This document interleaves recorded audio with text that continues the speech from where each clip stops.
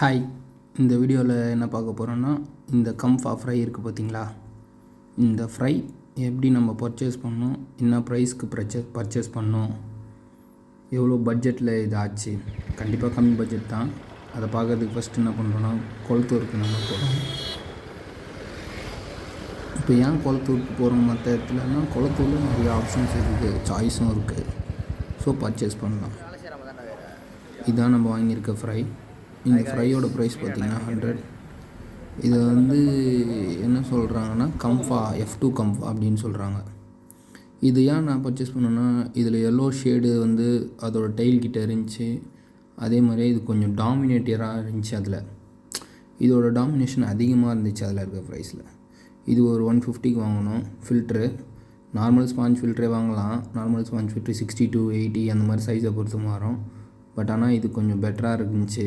அதுக்காக உள்ளே இருந்த புத்தர் இது ஆல்ரெடி நம்ம வீட்டில் இருந்தது தான். இப்போதைக்கு இதை ஒரு 1.5 to 1 feet ஒரு சைனா டேங்க்கில் தான் செட் பண்ணிருக்கோம். இப்போ அதை ரிலீஸ் பண்ணுறதால அப்படி இருக்குது. ஒன்ஸ் அது ரிலீஸ் ஆனதுக்கப்புறம் பாருங்கள். இப்போது எவ்வளோ பட்ஜெட் ஆகுதுன்னா, அது ஒரு ஃப்ரை ஒரு 100, இது ஒரு 150, 250 ஆயிருக்கு இப்போ வரைக்கும். அதுக்கப்புறம் இதுக்கு ஒரு ஃபுட்டு ஒன்று வாங்கணும். அந்த ஃபுட்டை பற்றி நான் சொல்கிறேன். இப்போ அந்த ஃப்ரையை நம்ம எந்த ஸ்ட்ரெஸ்ஸும் இல்லாத எடுத்தோடனே இது பண்ணக்கூடாது. அதனால் கொஞ்சம் அது நேரம் அக்ளிமேட் பண்ணதுக்கப்புறம் அதுவாக தானாக வெளியே வர வரைக்கும் கொஞ்சம் வெயிட் பண்ணணும். சரிங்களா? இல்லைனா அது ஸ்ட்ரெஸ் ஆகிடும். இப்போ அதுவாக வெளியே வந்துச்சு. புது இடம்ன்றதால கொஞ்சம் ஸ்ட்ரெஸ்ஸில் இருக்கப்போ கலர் அவ்வளோவா தெரியாது, ஆக்டிவாகவும் இருக்காது மீன்.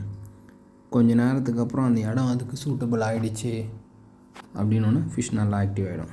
இப்போ பாருங்கள், கலர் ஓரளவுக்கு கலரேஷன் தெரியுதா? அந்த எல்லோ ஷேடு இதெல்லாம் தெரியும் பாருங்கள்.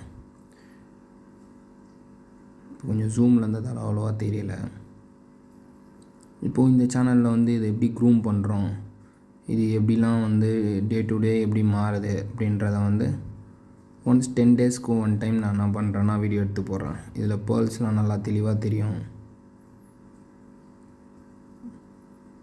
வேறு கண்டிப்பாக ஒரு தண்ணி டேங்க் செட் பண்ணுறப்போ கொஞ்சம் ஓல்டு வாட்டர் இருக்கணும். அதனால தான் இது கொஞ்சம் கலங்களாக இருக்குது. அதே மாதிரியே ராக் சால்ட், கல்லுப்பு. இந்த கல்லுப்பு கொஞ்சம் நீங்கள் நிறையா ஆட் பண்ணிவிடுங்க ஃபஸ்ட்டு.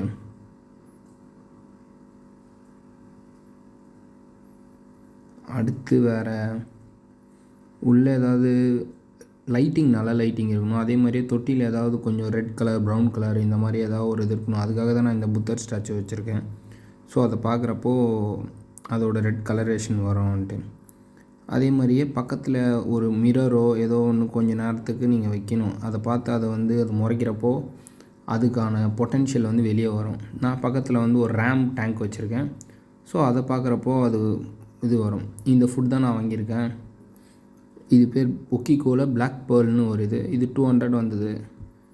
இப்போ ஃப்ரையாக இருக்கப்போ இது நம்ம போடலாம், நல்லாயிருக்கும்.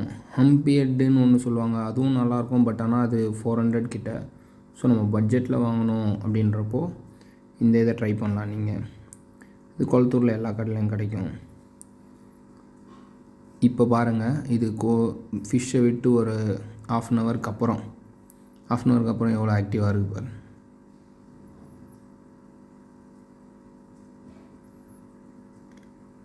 நல்ல கலரேஷன், நல்ல இது ஷோராக. இது கொஞ்சம் பெருசாக வரப்போ கொஞ்சம் நல்லாயிருக்கும். ஆனால் கம்ஃபான்றதால ஹெட் அவ்வளோ எதிர்பார்க்க முடியாது. நீங்கள் SRD அளவுக்கு ஹெட் எதிர்பார்க்க முடியாது. பட் ஆனால் பெட்டராகவே இருக்கும். நல்ல ரொம்ப நாள் நம்ம கூட இருக்கும். மினிமம் ஒரு 5 years இருக்கும் இந்த மீன். SRDலாம் நம்ம கூட ஒரு 2 to 2.5 yearsலேயே அது அடல்ட் சைஸ் ஆகிடும், சீக்கிரமாக ஆகிடும். இதோட லைஃப் டைம் கொஞ்சம் ஜாஸ்தி. இதே மாதிரி வீடியோஸ்லாம் பார்க்கணுன்னா நீங்கள் என்ன பண்ணுங்கள், நம்ம சேனலை சப்ஸ்கிரைப் பண்ணுங்கள்.